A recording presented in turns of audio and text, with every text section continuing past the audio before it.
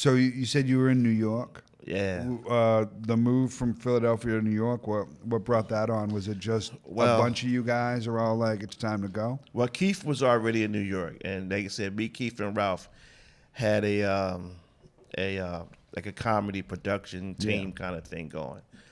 And so when so Keith moved to New York, and he started doing some things at the Comedy Cellar and Boston Comedy Club in New York. They were two big comedy clubs right near each other. And Keith got connections with a lot of people up there. And so this was around early 90s. So I was already involved with a young lady that I was really interested in, but I didn't really want to do comedy like that anymore.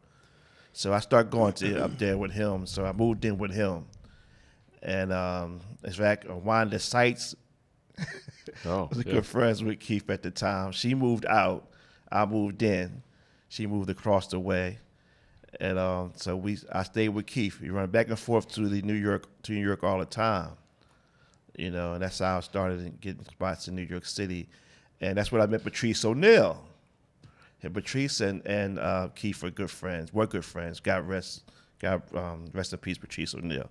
Yeah. So that's how that started. And Patrice was the only person that told me, or one of the only people that told me when I quit.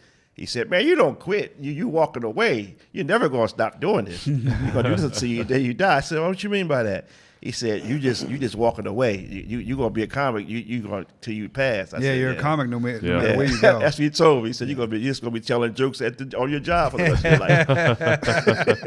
So you're just gonna be telling jokes at your job. He was real too about that. It was true. How much time did you get to spend with Patrice? Oh man, drives back and forth to New York from Jersey, Woodbridge, New Jersey. Because he was a good bit younger than you, right? Yeah, he was younger than me.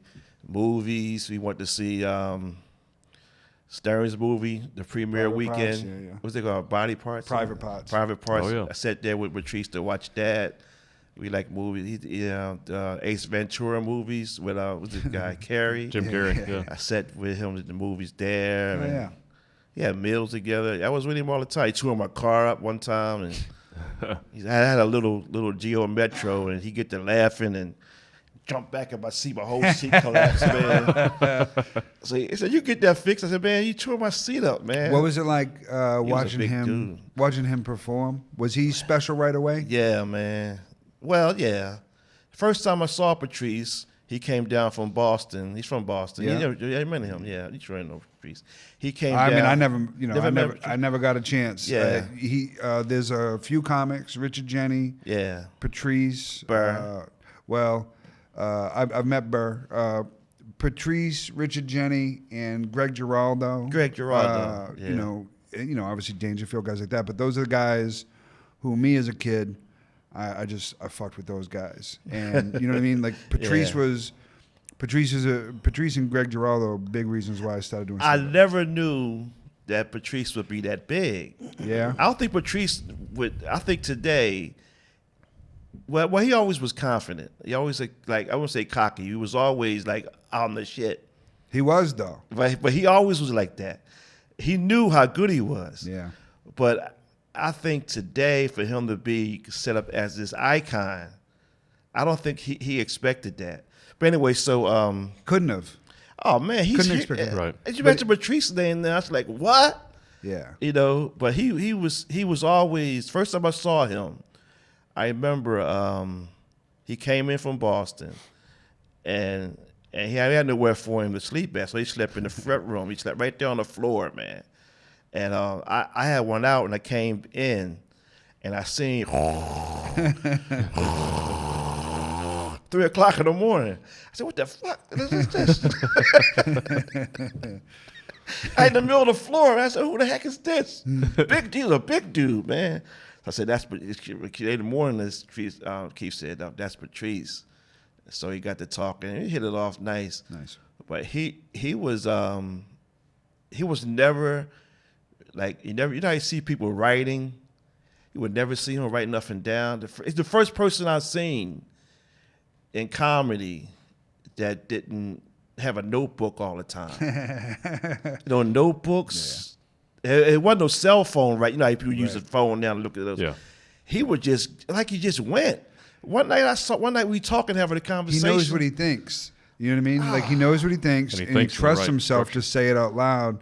And he also, one thing I love about Patrice is if you watch him, he's trying to figure things out in front of people, and he allows himself forgiveness. Like he's all right if he makes a mistake, he'll fix it.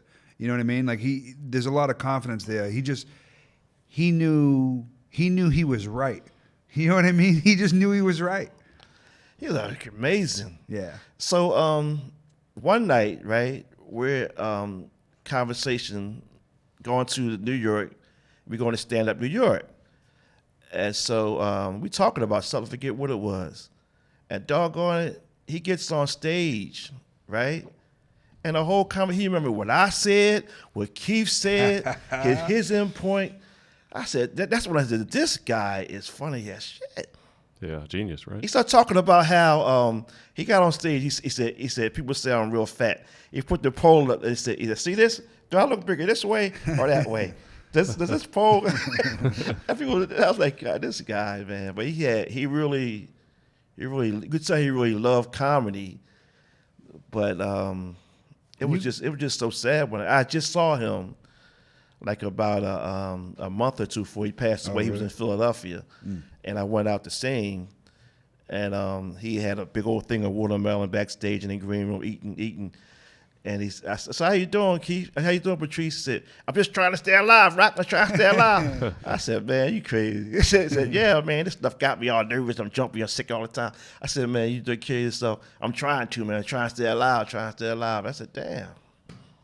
But he was a nice guy, man. He liked you.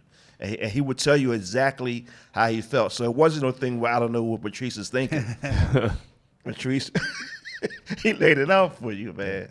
You know, he was so young and so talented. And you guys came up. You were before him, like you guys started around the same time. No, man. Patrice was started. I don't remember actually seeing him start. But Patrice might have started doing comedy, in my opinion, around early 90s. Okay. Or maybe 80s. And so when you see him in New York, you're already kind of wheels are I'm rolling. on the road. I'm rolling. Some of the funniest material was written on them street corners out in front of those. It's the comics hanging out, comic right? clubs. Yeah, it's the comics hanging out. About. Yeah, because I seen all of them out there. Jimmy Norton, Dave, Colin Quinn. Yeah. Colin and Patrice were real tight, right? Colin and Patrice. Yeah. Like I feel like if you're in that circle of people, if you can hold your own for a little while, you'll come out of that with 5 minutes of material. Sure. You know what I mean? Because there's just so much shit being talked by intelligent people who believe what they're saying. You know what I mean? Yeah. That's I met Colin when I first did New York, Albany, New York, back in the early 80s. I first met Colin, and then I seen Colin again at a place called the Catch a Rising Star in New York, and he got me on because I did a weekend with him in Albany. The first time I met Colin, but them guys, man, you take that little tough crowd circle, that was just street stuff that they put on television. Did you ever see that show? I never saw it. So it's called Tough Crowd. It's on Comedy Central. Basically, what it was they gave Colin Quinn a show, and they built him a set, and like this. They said, and they said invite comics in, and he would bring them in, and he'd set them up like this, and he would stand here and throw questions out to Keith Robinson and Patrice and Geraldo, and I mean every great comic of that day. Yeah. And they would just talk shit to each other. It was fantastic. Kevin Hart as a baby. Kevin was a child. Yeah. Was this in the 90s? Yeah, I think so, right? Yeah, that's right. Around the same time I was leaving New York, around 93, 94. No shit. Yeah, I was a kid. I was 13. This might have been 96, 97, 98. Oh, okay. But he did like 4 years of that. Because you had Carlin on there after a while. You can find it online. It's on YouTube. Yeah, I'll check it out. Oh, man, it's awesome.